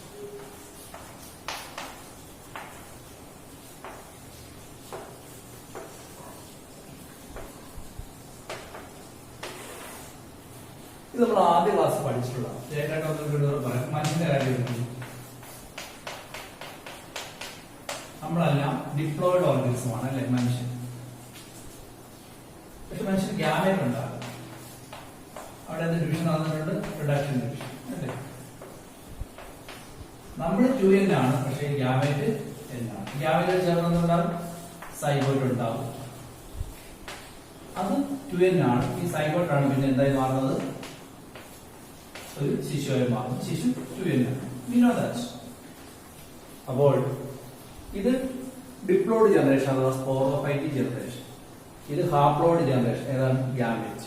വീണ്ടും ഡിപ്ലോയിഡ്. അപ്പോൾ ഒരു ജീവിയുടെ ലൈഫ് സൈക്കിൾ പരിശോധിച്ചാൽ അതിന്റെ ജീവിതചക്രത്തിൽ ഒരിക്കൽ അത് ഹാപ്ലോയിഡ് ആയ ഗ്യാമേറ്റ് ആയിരിക്കും, പിന്നെ അത് ഡിപ്ലോയിഡ് ആകും. വീണ്ടും അടുത്ത തലമുറ ഉണ്ടാകുന്നുണ്ട്, വീണ്ടും തുടക്കം ഗ്യാമേറ്റ് ഉണ്ടാകും അല്ലെ. ഏത് ജീവജാലങ്ങളാണെങ്കിലും സെക്ഷൽ റീപ്രൊഡക്ഷൻ വഴിയാണ് മൾട്ടിപ്ലൈ ചെയ്യുന്നതെങ്കിൽ അതിനകത്ത് ഡിപ്ലോയിഡ് ജനറേഷനും ഹാപ്ലോയിഡ് ജനറേഷൻ മാറി മാറി വരും. ഇത് ഡിപ്ലോയിഡ് ജനറേഷൻ, ഗ്യാമേറ്റ്, ഹാപ്ലോയിഡ്, വീണ്ടും ഡിപ്ലോയിഡ് അല്ലെ. സോ ഇത് n ആണ്. This is n. This is 2n. n 2n. വീണ്ടും n 2n. ഇത് വലുതായി, ഇവിടെ വലുതായി n 2n 2n n 2n ഇങ്ങനെ മാറി മാറി. ശരിയല്ലേ? സോ പിന്നെ sexually reproducing organism we can see the alternation of generation where diploid generation alternate with the haploid generation. ആൽഗയിലാണെങ്കിലും അങ്ങനെ തന്നെ. അവിടെ haploid generation alternate with the diploid generation അല്ലേ. This is called alternation of generation. ഞാൻ പറയുന്നു in a sexually reproducing organism its sporophytic generation is alternating with the gametophytic generation. അഥവാ diploid generation is alternating with the haploid generation. Alternate എന്ന് പറഞ്ഞാൽ മാറി മാറി വരിക. Alternation current അല്ലെ, direction മാറി മാറി വരും. ആൾട്ടർനേറ്റിംഗ് നമ്പർ 1 2 3 മാറി മാറി വരും അല്ലെ. അപ്പൊ ഇങ്ങനെയുള്ള ഒരു ലൈഫ് സൈക്കിളിൽ വിളിക്കുന്ന പേരാണ് alternation generation. What is alternation generation? In a sexually reproducing organism, when we examine the life cycle, its generations are seen to be alternating. ആരൊക്കെ തമ്മിലാണ്? Sporophytic generation is seen to be alternating with the gametophytic generation. ലളിതമായിട്ട് പുസ്തകത്തിലെ not പുസ്തകം നോക്കി തന്നെ എഴുതാം, കാര്യങ്ങൾ പറയണം. പുസ്തകം ഞാൻ പോസ്റ്റ് ചെയ്യുന്നുണ്ട്. അപ്പോ in a sexually reproducing organism, the life cycle is seen to be alternating each other with the sporophytic generation, then gametophytic generation. മനുഷ്യനെ എടുത്തു കഴിഞ്ഞാൽ who represent the gametophytic generation? Gametes. നമ്മളെല്ലാം ഒരിക്കൽ ഗ്യാമേറ്റ് ആയിരുന്നു അല്ലേ. നമ്മുടെ അടുത്ത തലമുറയിൽ ഗ്യാമേറ്റിലൂടെ ഉണ്ടാകും. നമ്മളാരാണ്? സ്പോറോഫൈറ്റ്. നമ്മുടെ ഗ്യാമറ്റോഫൈറ്റ് അല്ലേ. ഇനി ഇതിനകത്ത് നമ്മൾ നോക്കി കഴിഞ്ഞാൽ കാര്യം ഉണ്ടാവും. നമ്മുടെ ജീവിതം ഒരു 100 വർഷം ഉണ്ടെങ്കിൽ ഈ ഗ്യാമറ്റോഫൈറ്റ് ജനറേഷൻ എന്ന് പറയുന്നത് എത്ര വർഷം ഉള്ളൂ? 1 ദിവസമോ 2 ദിവസമോ അല്ലേ. നമുക്കറിയാം മനുഷ്യന്റെ ചരിത്രത്തിൽ സെക്ഷൻ ഡിവിഷൻ നടന്നു കഴിഞ്ഞാൽ ഒരു ഗ്യാമറ്റ് ഉണ്ടായി കഴിഞ്ഞാൽ 2 ദിവസം കൊണ്ട് നശിച്ചു. അപ്പോൾ ഒരു ഗ്യാമറ്റോഫൈറ്റ് ജനറേഷൻ എടുത്തു കഴിഞ്ഞാൽ ഈ മനുഷ്യന്റെ കാര്യത്തിൽ 2 ദിവസമേ ജീവിക്കുള്ളൂ. അതുപോലെ തന്നെ 5 ദിവസം അല്ലേ. അപ്പൊ നമുക്ക് അങ്ങനെ നോക്കിക്കഴിഞ്ഞാൽ നമുക്ക് അതിനകത്ത് 5 ഇങ്ങനെ ഭരിക്കുവാണെങ്കിൽ നോക്കും. അപ്പൊ 100 വർഷം ജീവിച്ച ഒരാളുടെ ലൈഫ് സൈക്കിൾ എടുക്കുകയാണെങ്കിൽ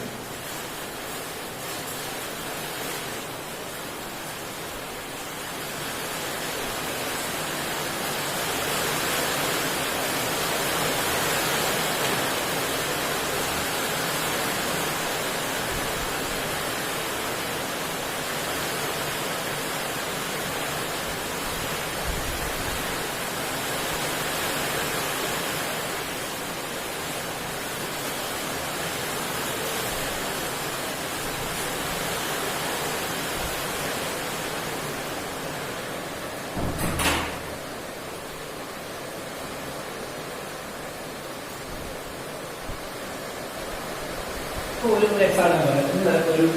ഒരു അപ്പൂപ്പൻ 100ാമത്തെ വയസ്സിൽ മരിച്ചു. ഞാൻ മനസ്സിലാക്കാൻ വേണ്ടി പറയാണ്. 100ാമത്തെ വയസ്സിൽ മരിച്ചു. അപ്പോൾ നിങ്ങൾ അദ്ദേഹം അപ്പൂപ്പൻ മരിച്ചു കഴിഞ്ഞാൽ പിന്നെ അപ്പൂപ്പൻ ചില സമ്പാദ്യങ്ങളൊക്കെ കാണുമല്ലോ. നമ്മുടേതായ ചില പോസ്റ്റും കാര്യങ്ങൾ. അപ്പൂപ്പന് നിങ്ങൾക്ക് ഡയറി ഇല്ല, ആരെയും കാണിക്കാതെ പറ്റില്ല. അപ്പൂപ്പന് ഒരു ഡയറിയൊക്കെ ഉണ്ടായിരുന്നു. നിങ്ങൾ ഓടിച്ച് നമ്മൾ ഡയറി എടുത്തു. അവര് നിങ്ങൾ പരിശോധിച്ചു. അപ്പോൾ വരെ അപ്പോൾ ഒരു ജീവിതത്തിൽ വേണ്ടി വെച്ചിട്ടുണ്ട് 100 വർഷം. നിങ്ങൾ അതിന് ഫൈനായിട്ട് നോക്കണം. 100 വർഷം. അപ്പൂപ്പൻ 1900 ജനിച്ചു. 100 വർഷം കഴിഞ്ഞ് 2000 മരിച്ചു. നോക്കുമ്പോൾ ആദ്യം അപ്പൂപ്പൻ 5 വയസ്സ് ബാല്യകാലം. 10 വർഷം പഠിക്കാൻ എടുക്കും. അപ്പൊ 10 വർഷം പഠനകാലം അല്ലേ. പിന്നെ ഒരു 20 വർഷത്തോളം ജോലി ജോലിയില്ലാതെ ഒരു 20 വർഷക്കാലം. അപ്പോൾ ജോലിക്ക് വേണ്ടിയുള്ള തെണ്ടി കിടന്ന കാലം. വിവാഹം കഴിച്ച് ഭാര്യയോടൊപ്പം 10-30 വർഷം ജീവിച്ചു. പിന്നെ ഒരു 20 വർഷം നാട്ടിലുണ്ടായിരുന്നു. പിന്നെ 10 വർഷം ഭജന കഴിക്കാനൊക്കെ പോയി. അങ്ങനെയൊക്കെ പോയി. ഇതിൽ ഏതാണ് കൂടിയ കാലഘട്ടം ഇതാണ് മനസ്സിലാക്കാം അല്ലേ? മനസ്സിലായി? നമ്മളൊരു ഒരാൾ ലൈഫ് സൈക്കിളില്ല പല ഘട്ടങ്ങളെ വെച്ച് പൈഡായിട്ട് വരയ്ക്കാം. അത് ഏതാണ് വലുത് ഏതാണ് ചെറുതെന്നൊക്കെ നമുക്ക് മനസ്സിലാക്കാം. കഷ്ടകാലം ഏതാണെന്ന് നോക്കാം അല്ലേ? ഇപ്പം അങ്ങനെ കണ്ടുപിടിക്കാൻ കഴിയും. ഇതാണ് പൈഡായിട്ട് നേട്ടം അല്ലേ? ഇതുപോലെ നമുക്ക് ഈ ആൾട്ടർനേഷൻ ജനറേഷൻ ലൈഫ് സൈക്കിൾ നമ്മളതുപോലെ ഒരു പാറ്റേണായിട്ട് വരച്ചു നോക്കാം. ഇപ്പൊ മനുഷ്യന്റെ കാര്യം എടുക്കുവാണെങ്കിൽ മനുഷ്യന്റെ ഇതാണ് sporophytic stage. Sporophytic stage 2n.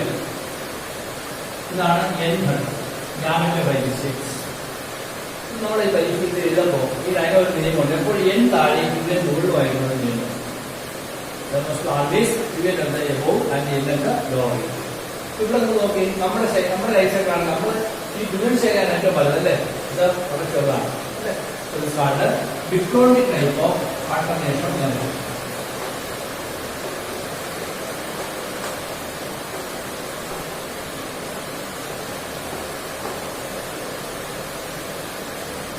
Dichroic type of alternation when sporophytic stage is more and the gametophytic stage is very less than gametophytic stage.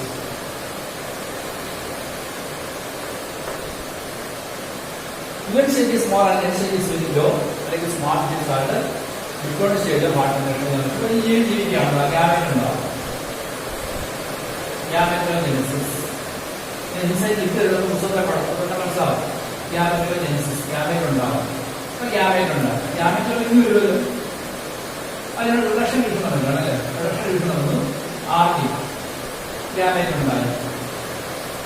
2 gamete use ചെയ്യും. യൂസ് ചെയ്യുന്ന സൈഗോട്ട് അപ്പോൾ എന്താ നടക്കുന്നത്? സിംഗമിങ്. ഇവിടെ ഗ്യാമേറ്റിക് മദർസെൽ വരുന്നല്ലേ അത് എല്ലാവുമ്പോൾ അത് ഈ ഘട്ടത്തിൽ വരും. ഇത് 2 ഗ്യാമേറ്റ് യൂസ് ചെയ്ത സൈഗോട്ടല്ല ഇവിടെ പോകും. സിംഗമിങ്. ആ സൈഗോട്ട് വരാൻ ജീവിക്കാം. ശരിയല്ലേ? ആ പടം നോക്കിയാൽ നിങ്ങൾ പുസ്തകത്തിൽ പഠനത്തിൽ തെറ്റുണ്ട്. ക്ലാസ് എല്ലാം കഴിയുമ്പോൾ തെറ്റായിട്ട് പറയാമെങ്കിൽ പറയും. അപ്പോൾ എന്താണ് ആൾട്ടർനേഷൻ ജനറേഷൻ? ഇത് ജീവജാലത്തിലേക്ക് ഗ്യാമേറ്റ് ഉണ്ടായി. Gamete mother സെൽഫിയൻ.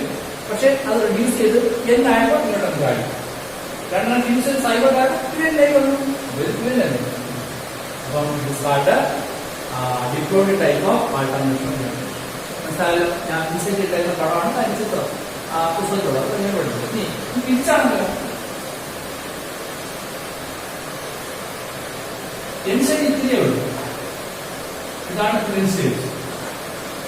അല്ല ട്വിൻ സ്റ്റേജ് ഇത്രയേ ഉള്ളൂ. എൻ സ്റ്റേജ് ആണ് പറയുന്നത്. അപ്പൊ ആൽഗയൊക്കെ എങ്ങനെയാണ്? ആൽഗയെല്ലാം തന്നെ പ്രധാന പാൽപ്പൊടി എന്താണ്? സൈഗോട്ടിച്ച് കയറി ഉണ്ടാവും. സൈഗോട്ട് ഉടനെയുള്ള haploid type of alternation generation. Haploid type of alternation എന്നാണല്ലോ സ്വാഭാവികമായിട്ട് ഗ്യാമേറ്റ് ഗ്യാമേറ്റ്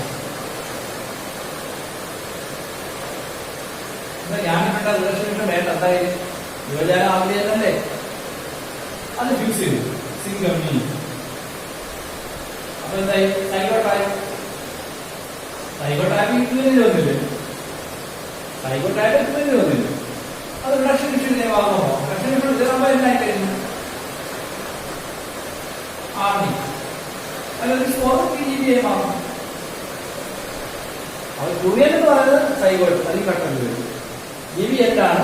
ഗ്യാമേറ്റ് എന്നാണ്. അപ്പൊ ഇതെല്ലാം വരും. നോക്കുമ്പോൾ ജീവജാലത്തിൽ ഏറ്റവും വലുതാണ് ഈ ഗ്യാമറ്റോഫൈറ്റിക് സ്റ്റേജ് എന്ന് പറയുന്നത്. That is called haploid type of alternation generation. ശരിയല്ലേ? മനസ്സിലായല്ലോ? ഇതെങ്ങനെ കാണിക്കുന്നവരാണ്? ഇത് ആൽഗകളൊക്കെ കാണിക്കുന്നത്. ഇപ്പോഴത്തെ ടൈപ്പ് മനുഷ്യൻ ഉൾപ്പെടെ അല്ലെങ്കിൽ ആൻജിയോസ്മോൾ കാണിക്കുന്നത് എങ്ങനെയാണ്?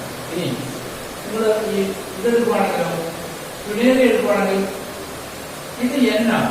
ഗ്യാമറ്റോഫൈറ്റ് 6 മാസം ജീവിക്കും. പിന്നെ ഇങ്ങനെയാണ് ഉണ്ടാകുന്നത്. അത് ട്വിൻ ആണ്. അത് 6 മാസം ജീവിക്കും. അങ്ങനെയാണെങ്കിൽ 2 ഏകദേശം തുല്യമല്ലേ? അപ്പൊ അപ്പൊ ഇതെങ്ങനെ വരയ്ക്കാം നമുക്ക്? അത് വരയ്ക്കും ഏകദേശം ഇങ്ങനെ.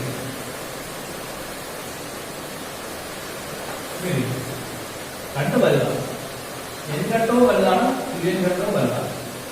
പിന്നെ എന്താണ്? Haplodiplontic type of alternation generation. Haplodiploidy type of alternation generation. എന്താണ് N? Gamete. Fused. Syngamy. അപ്പോൾ സൈഗോട്ടായി. സൈഗോട്ടാണ് ക്യൂനായി. അത് സൈഗോട്ടുള്ള പ്രൊഡക്ഷൻ വിഷയമാണ് RD. N ആയി. അപ്പോൾ N ആയപ്പോൾ സിമ്പിൾ അല്ലേ? പഠിത്തം മനസ്സിലാവും. So this is haplodiploidy type of alternation. ഇത് കാണിക്കുന്നത് ബ്രയോഫൈറ്റ് ആൻഡ് ജെറിഡോഫൈറ്റ് ആണ്. Bryophyte and pteridophyte this is haplodiploidy type of alternation. ഇപ്പോൾ എനിക്ക് ചോദിച്ചിട്ടുണ്ട് when diploid state dominate it is called diploidy type. When haploid state dominate it is called haplodic type. What is the name of alternation generation when both haplodic and diploidic type dominates? എന്ത് simple ചോദിച്ചാൽ haplodiploidy type ഇങ്ങനെയാണ് എനിക്ക് ചോദിക്കുക. അപ്പോൾ രണ്ടും dominate ചെയ്യുകയാണെങ്കിൽ haplodiploidic, N state dominate ചെയ്താൽ haplodic, UN state dominate ചെയ്താൽ diploidic. സ്പോറോഫൈറ്റ് സ്റ്റേറ്റ് ഡോമിനേറ്റ് ചെയ്താൽ diploidic, ഗാമറ്റോഫൈറ്റ് സ്റ്റേറ്റ് ഡോമിനേറ്റ് ചെയ്താൽ haplodic. രണ്ടും ഡോമിനേറ്റ് ചെയ്താൽ haplodic. ഇനി രണ്ടു പറയാം. ചില ആൽഗകൾക്ക് വ്യത്യാസമുണ്ട്, അതായത് പ്രസിദ്ധപ്പെടുന്നുണ്ട്. എക്ടോകാർപ്പസ് എന്ന ബ്രൗൺ ആൽഗ, പോളിസൈഫോണി എന്ന റെഡ് ആൽഗ, കെൽപ്പ് എന്ന് പറയുന്ന ബ്രൗൺ ആൽഗ, ഇവയെല്ലാം തന്നെ ഹാപ്ലോഡിക് ആണ്. എന്നാൽ ഫ്യൂക്കസ് എന്ന് പറയുന്നത് ഡിപ്ലോയിഡിക് ആണ്. മനസ്സിലായാലും ഫ്യൂക്കസ് ഇസ് ഡിപ്ലോയിഡിക് ആണ്, ഫ്യൂക്കസും ബ്രൗൺ ആൽഗയാണ്. ഇത് ഏറ്റവും അവസാനത്തെ വരിയാണ്. ഇത്രയും ഭംഗിയായിട്ട് പഠിക്കുക. ഞാൻ ഈ alternate generation വരച്ചൊന്നും പഠിക്കേണ്ട, പരീക്ഷയ്ക്ക് തരും. പക്ഷെ കണ്ടാൽ തിരിച്ചറിയാൻ പഠിക്കണം. എപ്പോഴും ഓർക്കുക, UN മുകളിൽ N താഴെയായിരിക്കും. UN ആണ് വലുതെങ്കിൽ ഡിപ്ലോയിഡിക്, N ആണ് വലുതെങ്കിൽ ഹാപ്ലോഡിക്, രണ്ടുപേരും തുല്യമാണെങ്കിൽ ഹാപ്ലോഡിക്. പിന്നെ അത് എക്സ്പ്ലെയിൻ ചെയ്യാതെ അറിഞ്ഞിരിക്കണം. ഓർഗാനിസം ഗ്യാമേറ്റ് ഉണ്ടാവുന്നു, ഗ്യാമറ്റോജനസ് ആണ്, അത് ഫ്യൂഷൻ നടക്കുന്നു, അതിന് സിംഗമി, പ്രൊഡക്ഷൻ ഫ്യൂഷൻ ചെയ്യാവുന്നു. ഇതൊക്കെ ശരിക്കും നോക്കിയാൽ നോട്ട് ചെയ്താൽ പുസ്തകം കൊടുക്കുന്ന പുസ്തകത്തിൽ അതൊന്നും നോട്ട് അത് കുറിച്ച് വയ്ക്കും. ഇതോടെ നമ്മുടെ ചാപ്റ്റർ ഇത് അവസാനിക്കുകയാണ്. നമുക്കിനി ടെസ്റ്റുകളാണ്. അപ്പോൾ അടുത്ത ഇത് കഴിഞ്ഞ് കഴിഞ്ഞാൽ തന്നെ ടെസ്റ്റ് പേപ്പറുകളും എൻട്രൻസ് ക്ലാസ്സും ഉണ്ടായിരിക്കും. നന്നായിട്ട് പഠിക്കുക. എന്തെങ്കിലും ഡൗട്ട് ചോദിക്കുക. ഡിസ്കഷൻ കൂടുതലായിട്ട് നമുക്ക്